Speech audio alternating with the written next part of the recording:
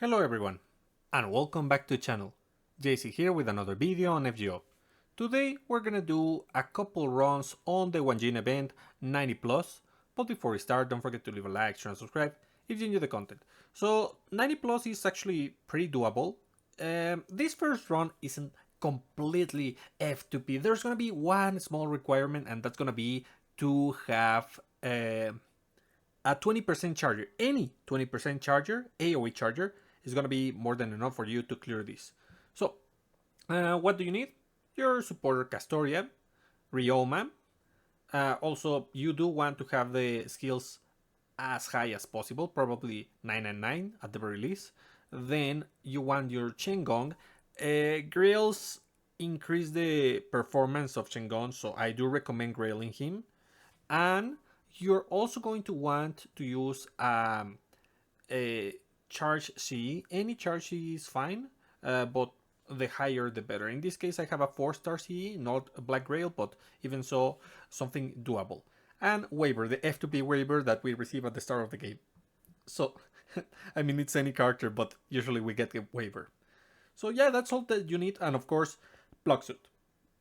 And the CE, the event CE, is going to give us damage increase, which is extremely useful. And not only that, it also gives charge, so you'll definitely want to equip this one on your main attacker. So, it is going to be a pretty simple run for the most part. We're going to start by using all of Castoria's skills, and we're going to give the arts up to Chengong. He needs the extra charge. And we give the single target charge to Rioma. And then we use Rioma's skills, the arts up and the attack up. We don't use the charge just yet. So I'm not going to do arts chains. So we're gonna see the how effective this is on a vacuum. So yeah, we start with Gong, and he is able to charge 55% MP charge, which is pretty good. And that's why we're gonna need the extra charger. You're gonna see Gong, not Gong. Rioma isn't the most proficient charger. Yeah, he deals good damage, but he's not great at refunding. So yeah, that's why we need the extra batteries, because Rioma is gonna need them, and we cannot give everything to Gong, because on this wave we have multiple enemies. So we use Rioma's battery, Gong's battery, the two AoE batteries from waiver, and at this point we have a 95% on Gong. That's why we need another AoE. We give this to Rioma, and a single target 20 is not good enough. A mash is not good enough. That's why we need anything that gives you 20% or above AoE. That's gonna be useful.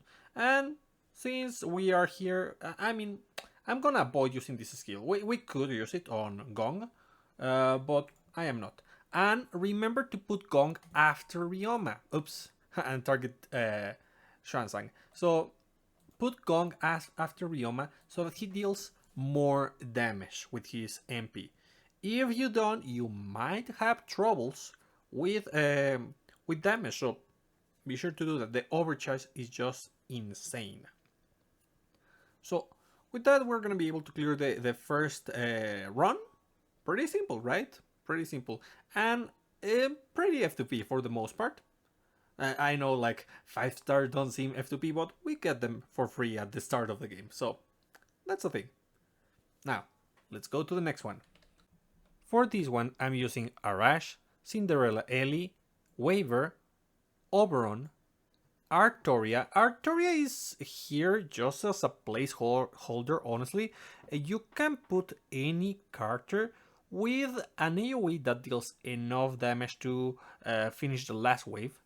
And if that character in particular has utility like attack up, buster up, something like that, it's also going to be pretty useful. Like you can put a Morgan, you can put, honestly, any good AoE attacker is more than enough. This is the Arturia that was given to us on the Fate State Night Celebration, so it is technically F2P. But just substitute this for anyone. I was trying with event supporters, like event characters like Ereshkigal, Summer Ereshkigal.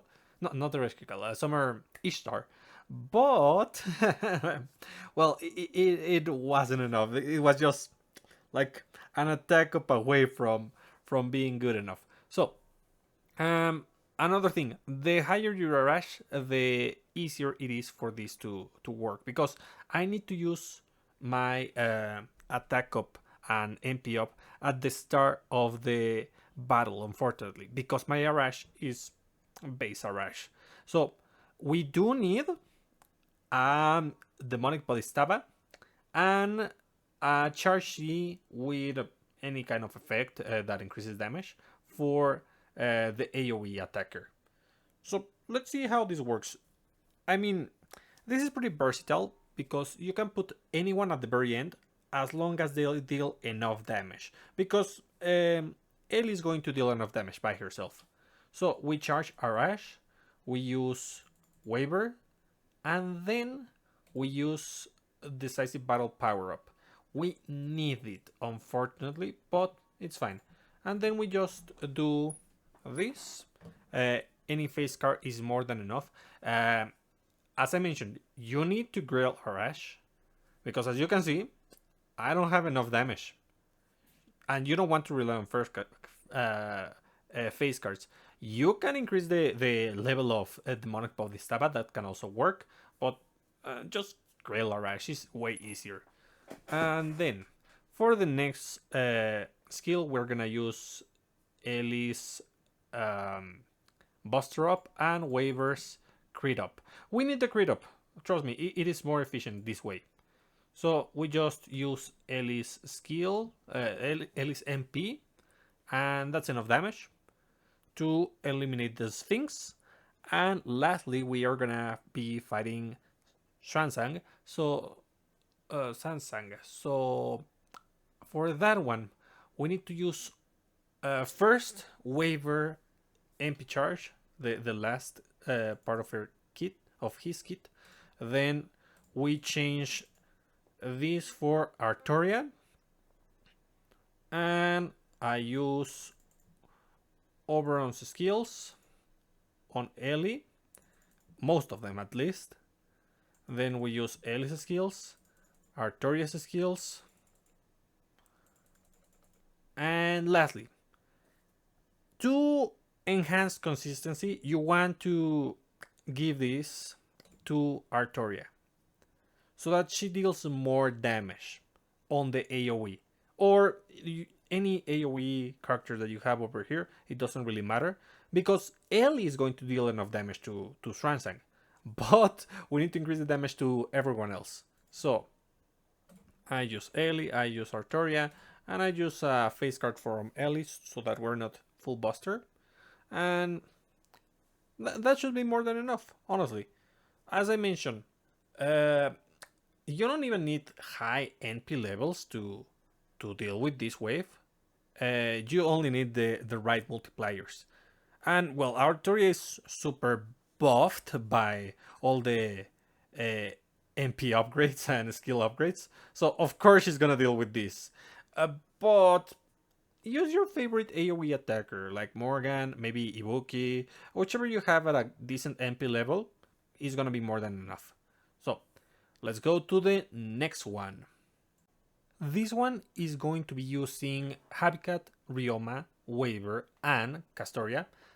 But Habitat is just a bit shy of getting the clear, so we're gonna help her out with Heaven's Feel. If you can equip any damage E, that's gonna be great, but particularly the ones that Habi wants are gonna be the NP damage up Cs, because she doesn't have too many buffs on the NP damage up, so we would prefer to go with that.